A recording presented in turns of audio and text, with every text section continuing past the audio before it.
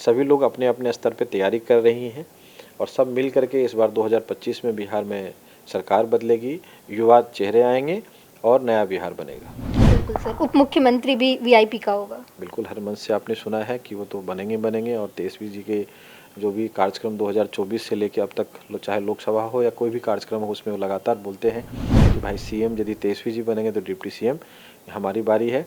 छोटे भाई और बड़े भाई मिल करके पूरे प्रदेश को चलाएंगे। जो विधायक हैं उनसे बहुत ज़्यादा परेशान हैं, आज तक इन्होंने कोई काम नहीं किया है।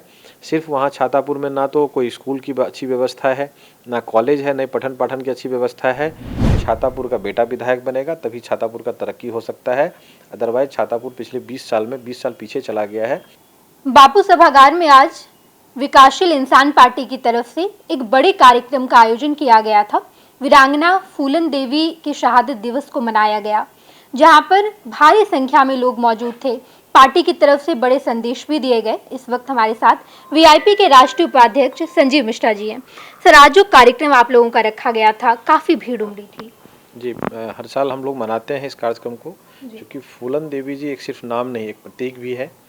और जिस हिसाब से उनको टॉर्चर किया गया था, उनके साथ गलत हुआ था, उनके साथ जो अत्याचार हुआ था, वो लेडी बर्दाश्त नहीं करके उसको एक सामाजिक रूप में लेकर के एक अच्छा मैसेज देने का काम किया। जो भी दलित है, गरीब है, अति पिछड़ा है, वंचित लोग हैं, कि वो लोग भी सदन तक पहुँचे और उन्होंने एक बहुत बड़ा एग्जाम्पल सेट किया।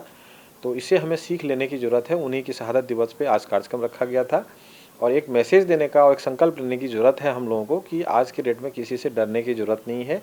एक गरीब, दलित, महादलित, कोई भी वंचित जो भी लोग हैं, वो भी यहाँ तक सदन तक पहुँच सकते हैं, अपनी आवाज़ को बुलंद कर सकते हैं। उन पे जो अत्याचार हुआ है उसको उन्होंने हथियार बनाने का काम किया और वो घर चुप नहीं बैठ करके उनको एक सामाजिक रूप में लेकर के और लोगों को संदेश देने का काम किया। बिल्कुल सर, आज जब कार्यक्रम का आयोजन किया गया था तो मुकेश सहनी की तरफ से कहा गया कि हमारे 4 विधायकों को उन लोगों ने लिया है, हम 40 को लेंगे। चुनाव भी नज़दीक है, तो स्ट्रैटेजी क्या है?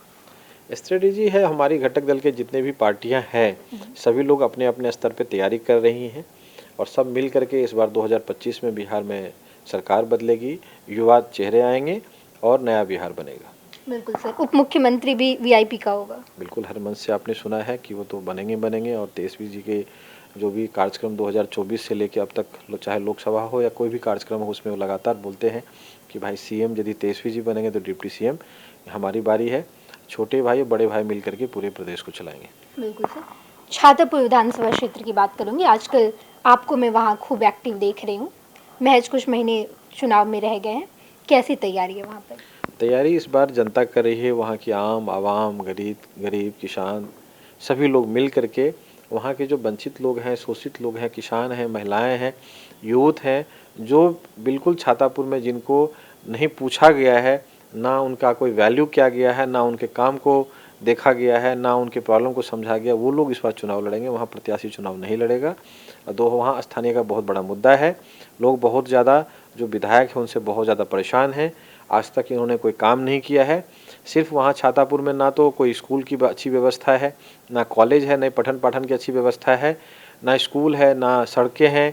आप ऐसे 91 को छोड़ करके आप अंदर गांव की तरफ जाएंगे तो आज भी लोग चचरी पे पुल पार कर रहे हैं, नदी को पार कर रहे हैं, नहर को पार कर रहे हैं। लोग बहुत ज़्यादा परेशान हैं और किसी भी गांव में, किसी भी पंचायत में आप जाएंगे खास करके, तो आपको रोड से अंदर जब जाएंगे देखने के लिए मिलेगा सड़कें नहीं हैं। और सबसे बड़ा मुद्दा वहाँ, ऐसे तो पूरे बिहार का मुद्दा है ये जल नल।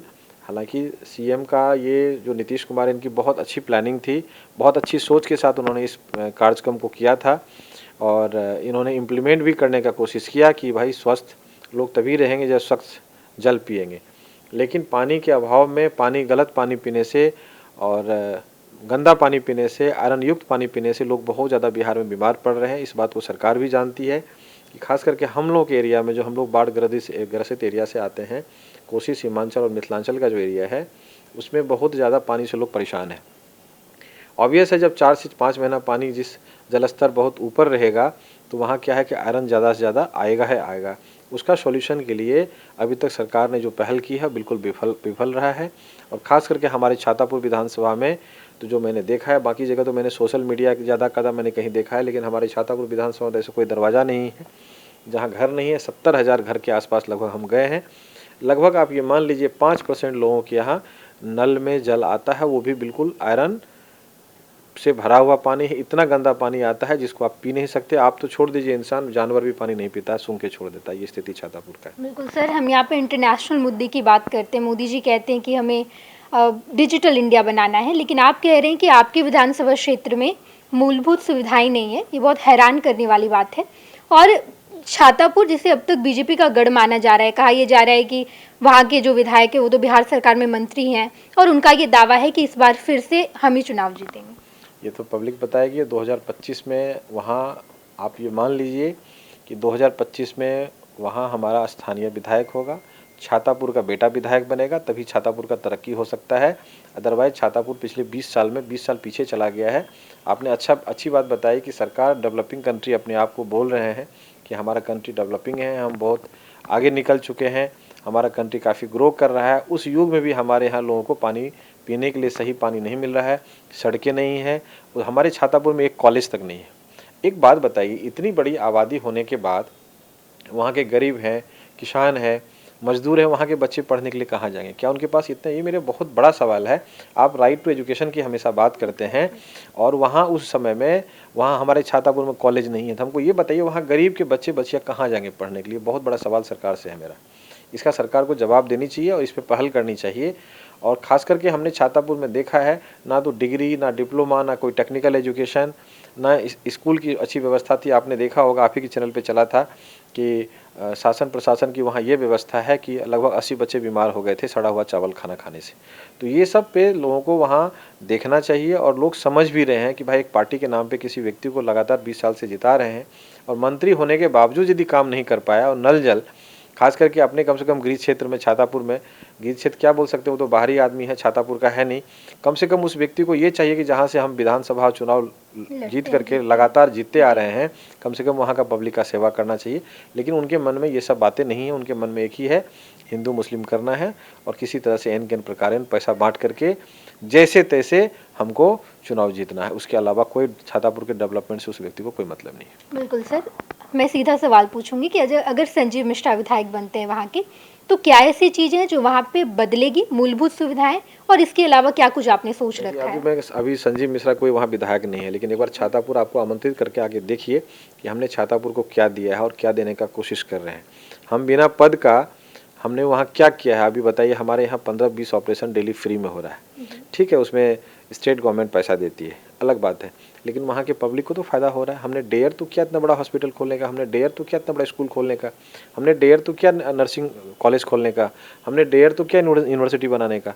तो इतना बड़ा चीज़ हम यदि ऐसा करना होता, मेरा ऑब्जेक्टिव पैसा कमाना होता तो किसी मेट्रो सिटी में बनाते हैं, मेट्रोपॉलिटन में बनाता हमने, लेकिन अपने गाँव में बनाया। गाँव में कोई इतना बड़ा एक्सपेंशन का सोच भी नहीं सकता है जितना हमने डेयर किया है, सिर्फ इसलिए कि मेरा गांव है, मेरा वहाँ सब चीज़ है, मेरे परिवार है, मेरा कुल है, मेरा खानदान है, मेरे रिश्तेदार हैं, सभी लोग छातापुर में हैं। तो हम छातापुर को आगे बढ़ाने की बात कर रहे हैं। छातापुर को आगे बढ़ाना यही मेरा ऑब्जेक्टिव है। बहुत बहुत धन्यवाद सर। हमने वीआईपी के राष्ट्रीय उपाध्यक्ष संजीव मिश्रा जी से बातचीत की। उन्होंने हर पहलू पर बातचीत की है। छातापुर विधानसभा क्षेत्र जहां पर मूलभूत सुविधाएं नहीं है और आने वाले समय में छातापुर के विकास के लिए उन्होंने क्या कुछ सोचा है। अपने सहयोगी विकास के साथ मैं Neha Chaudhary, first Bihar Jharkhand, Patna. Panorama Group, जो सोचता है वो करता है। आपके अपने सपनों का आशियाना। ये लो, मुंह मीठा करो। आज मैंने अपना जॉब छोड़ दिया, अब हम पूर्णिया वापस जाएंगे। जॉब छोड़ दिया है? मतलब ये घर कैसे चलेगा? हम करेंगे क्या? और माँ बाबूजी क्या बोलेंगे? इसलिए मैं एक और मिठाई का डब्बा लाया। अपने बिजनेस के लिए लोन अप्रूव हो गया। अरे लोन अप्रूव हो गया वो तो ठीक है, लेकिन पूर्णिया में हम रहेंगे कहाँ? अपना घर भी तो नहीं है वहाँ। इसलिए तो एक और मिठाई का डब्बा अलग से लाया हूँ। हमने पूर्णिया में घर ले लिया है, पूर्णिया के ई होम्स पैनोरमा में। पूर्णिया में पैनोरमा ग्रुप लेकर आए हैं ई होम्स पैनोरमा। बड़ा घर, आलीशान जिंदगी और अत्याधुनिक सुविधाओं के संग। अरे अब क्यों मुंह मीठा करवा रही हो? क्योंकि हम घर वापसी जो कर रहे हैं। घर वापसी की खुशी पूर्णिया में ई होम्स पैनोरमा के संग। ई homes panorama, luxurious lifestyle redefined.